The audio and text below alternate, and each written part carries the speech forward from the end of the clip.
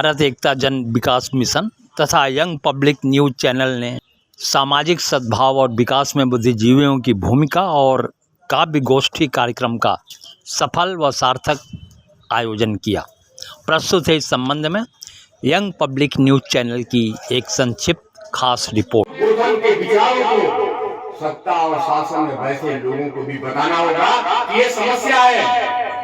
ये काशी के बुद्धिजीवियों ने बताया है ये समस्या है, इसका निदान किया जा रहा है। निदान करने का काम सत्ता में बैठे लोगों का है, सरकार में जो हमारा बुद्धिजीवी होना ही यही होता है। हम तड़प के मर रहे हैं, हमें सैलरी नहीं मिल रही है, हमें जो है तिरस्कार किया जा रहा है। समाज का कोई भी समझ में नहीं आ रहा है ना, आवाज ठीक है।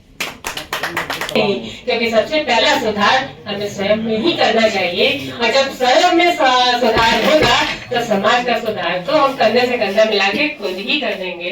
तो बहुत बहुत धन्यवाद। तरफ से जानते हैं, इसे बताने की जरूरत नहीं। और सवाल यह है कि समाज में सद्भाव पैदा करने का काम कौन करता है? केवल साहित्यकार ही कर सकता है और कोई नहीं कर सकता है।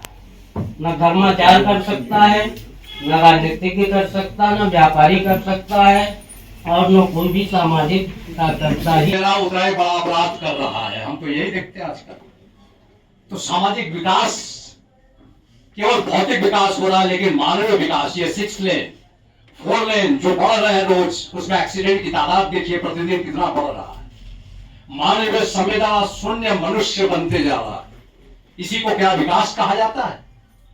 कि हमारे तमाम वरिष्ठ कवि, राष्ट्र कवि, एक अक्षर कोई नहीं जानता लेकिन सब बुद्धिजीवी है। गीता का श्लोक कोई नहीं जानता लेकिन सब बुद्धिजीवी है। कुरान एक आयत नहीं जानता है लेकिन वो विकट निमटने के लिए तैयार है। गुरु ग्रंथ साहब, उसके लिए भी जो है खालिस्तान चाहिए, अलग चाहिए, लेकिन कहीं कुछ नहीं। सद्भावना जो ग्रंथ में दफन है, उस गुरु ग्रंथ साहब में जितने भी हिंदुस्तान में चाहे सूफी संत रहे हो, मुस्लिम कवि हो, सबका उसमें दोहा एक न दो ठो निश्चित रूप से। अगर काल भैरव संकट मोचन मंदिर भी जाना है तो 500 रुपया कम से कम रिजर्व में मांग रहे हैं। कम से कम अगर विश्वविद्यालय आप जाते हैं तो 1000। तो इस पर भी कुछ एक रेट निर्धारित होनी चाहिए कि हमारे यहाँ कोई समाज में बाहर से लोग आए हैं, दूसरे प्रांतों से आए हैं, तमिलनाडु से आए हैं, दक्षिण भारत से लोग आए हैं, तो उनको एक सही रेट मिले। आप लोग ये कभी ना समझे कि मैं एक किसी विशेष पार्टी या दल, भाजपा या RSS या कोई, मैं बिल्कुल निष्पक्ष हूँ। आज की तारीख में कोई वक्त था, बहुत समय अपना दिया, लगभग 70 वर्ष जिस पार्टी ने शासन। देखिए, आज का विषय बहुत अच्छा है, सामाजिक सद्भावना। इसके मूल में जब तक हमारे समाज में धर्म और जाति रहेगी तब तक कोई सद्भावना नहीं आ सकती। आज जो माहौल बना हुआ है हिंदू मुस्लिम जाति में, आप देख लीजिए अलग अलग जाति का समीकरण बन रहे हैं, तो क्या सद्भावना ऐसे में उत्पन्न हो सकती है? शायद नहीं हो सकती। दूसरी चीज, जैसा रश्मि जी ने कहा कि हमें स्वयं से सुधार करना होगा। क्या एक समाज में सबसे पहली इकाई तो आप परिवार को ले लीजिए। क्या यदि किसी परिवार में इस तरह से सद्भावना है, हम अपने परिवार से ही तो शुरू करेंगे पहले कि एक दूसरा है। हम तो शुरू से सामाजिक संगठनों से जुड़े, बाबू जी को भी याद है, बीच में हम लोग का कनेक्शन खत्म हो गया, लेकिन चंद्रकांत त्रिपाठी वगैरह से हम लोग साथ में थे। भारत सेवा समाज में 40 साल से ऊपर की बात है। तो सबसे पहले आपने मैडम ने जो कहा कि हमको स्वयं देखना चाहिए, हमको परिवार से शुरू करना चाहिए। बातों तो बहुत लोग लंबा लंबा दे देते हैं, लेकिन हमको अपने स्वयं के अंदर सुधार करना चाहिए। हे माते वीणा पाणी देह में वाणी मधुरम हो सदा दृष्टि सत्यम शिवम सुंदरम। से कुछ मांग रहे हैं, अपनी ही वफाओं का सिला मांग रहे हैं, जो हिंदू के लिए न मुसलमान के लिए, जो सबके हक में हो दुआ मांग रहे हैं। लहू बहाओ मगर कुछ लहू रोक लो इस वतन के लिए। हम हमीद भी हैं, हम सुभाष भी हैं, जान दे देंगे हम इस वतन के लिए, जान दे देंगे हम। वो साहित्यकार हम लोग, वो समाज सेवी है। वो आज ये परेड कोठी में सर आप कपूर साहब हैं, आपके आवास पर यह कार्यक्रम हो रहा है, किस तरीके का हो रहा है सर, इसके बारे में अपने बताएं। ये कार्यक्रम आज के इस दौर में अति आवश्यक और इसका सुझाव राजेश आजाद जी ने दिया और उसकी सहमति में मैं आया और मैंने ये दिल से इस कार्यक्रम को सफल होने का आशीर्वाद दिया और आज ये कार्यक्रम दूर दराज से लोग इसमें शामिल हुए। आज के इस कार्यक्रम के मुख्य अतिथि आदरणीय नीतू जी IPS additional DCP Kashi zone थी। अचानक उनको जाना पड़ गया, उन्होंने अपना संदेश, शुभ संदेश भेजा है।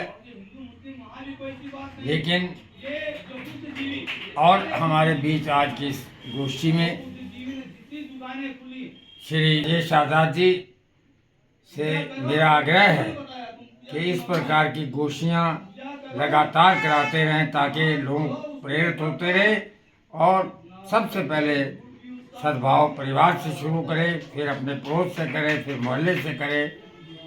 तो एक वक्त ऐसा आएगा कि जब लोगों के अंदर जो चीज़ से हम दूर जा चुके हैं उसे फिर प्राप्त करके हमें खुशी होगी, क्योंकि हम लोग इस काशी धाम में निवास कर रहे हैं। भैया कसेरा जी, आप तो हर महत्वपूर्ण आयोजनों में रहते हैं और यहाँ भी आज दिख रहे हैं इस कार्यक्रम में जिसमें आप भागीदार हैं मजबूती के साथ, क्या कहना चाहेंगे सर? जी, आज बुद्धिजीवियों के बीच में सद्भावना की जो गोष्ठी का आयोजन हमारे अग्रज तिलक राज कपूर जी के आवास पर कपूर भवन में हो रहा है। राजेश आजाद जी जो पत्रकार और हम लोगों के मित्र हैं, आयोजक हैं, मैं उनका धन्यवाद अदा करना चाहता हूं कि यह सद्भावना गोष्ठी जो मील का पत्थर होगा, यहाँ कवि लोग भी मौजूद हैं, अधिकारीगण भी मौजूद हैं, पत्रकार बंधु भी मौजूद हैं और सारे हमारे साथी मौजूद हैं। हमें गर्व हो रहा है। इस तरह के आयोजन से एक नया दिशा, एक नया संदेश जाएगा। जब आज़ादी के समय इस तरह की छोटी छोटी गोष्ठियों से हमने तख्त को बदलने का काम किया।